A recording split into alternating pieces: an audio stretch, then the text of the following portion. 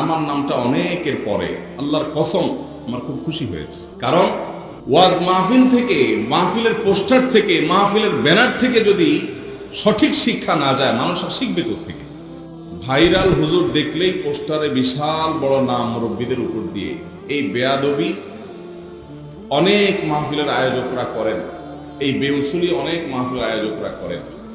এটা যেহেতু ওলামা একরামের, সিনিয়র ওলামা একরামের মুরব্বীদের তত্ত্বাবধানে পরিচালিত একটা মাহফিল, এই জিনিসটি, এই কালচারটি এখানে নাই। এটা দেখে আমার অত্যন্ত ভালো লেগেছে। মাহফিল এমন হওয়া উচিত। যশোরে আমার এক হামসবক ভাই একটা প্রোগ্রামের জন্য 1 বছর 1.5 বছর আগে ওয়াদাবদ্ধ ছিলাম, পোস্টার করে পাঠাইছেন।